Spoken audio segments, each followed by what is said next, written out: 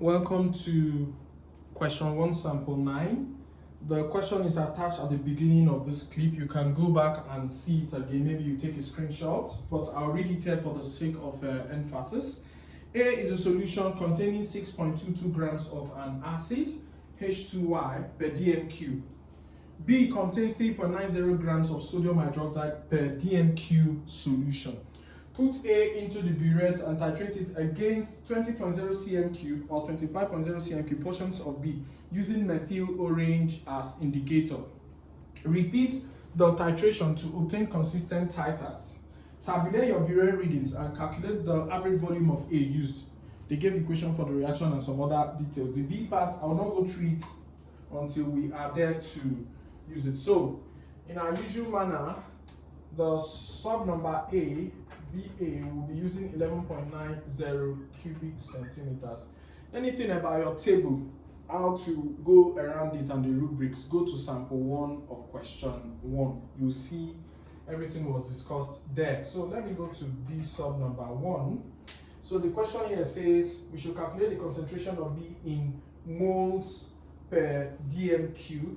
So neither A or B was given in moles per dm3. So we'll use our normal molarity formula, which says that concentration of B in moles per dm3 equals concentration of B in grams per dm3 over molar mass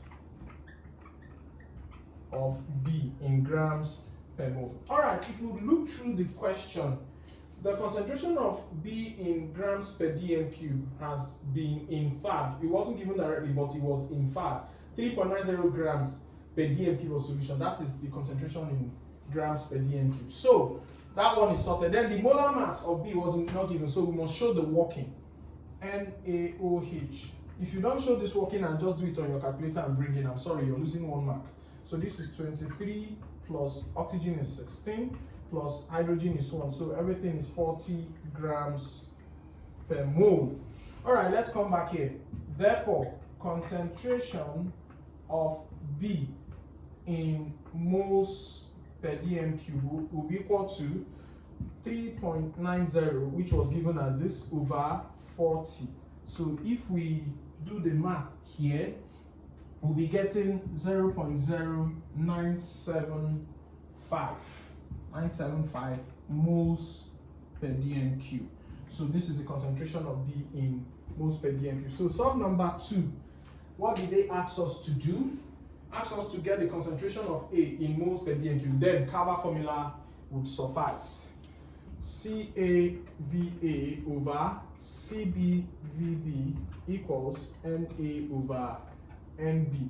So since we are looking for CA, we'll cross multiply this way. So CA equals CBVB NA divided by VA NB. So that's it. So if we substitute, CB is 0.0975 times VB is 25 volume of pipette times NA, I think, is 1 over VA is 11.90 times NB is 2. Mole ratio of the base is 2 in the equation. So if we do our math, everything will give us 0.102 moles per dm3 as our final answer.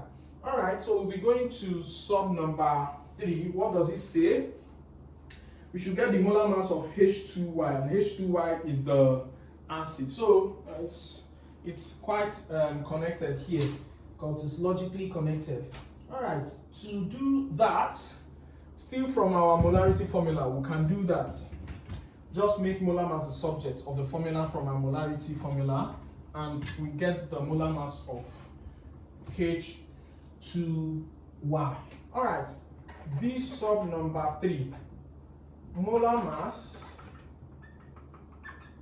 of H2Y equals concentration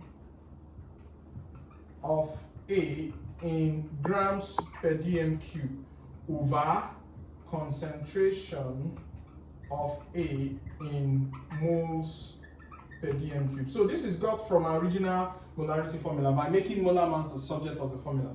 So in grams per dm cube of A, I think it was given there, is 6.22. Yeah, 6.22 grams of an acid per dm cube. So grams per dm cube is 6.22 grams per dm cube. That's what it means.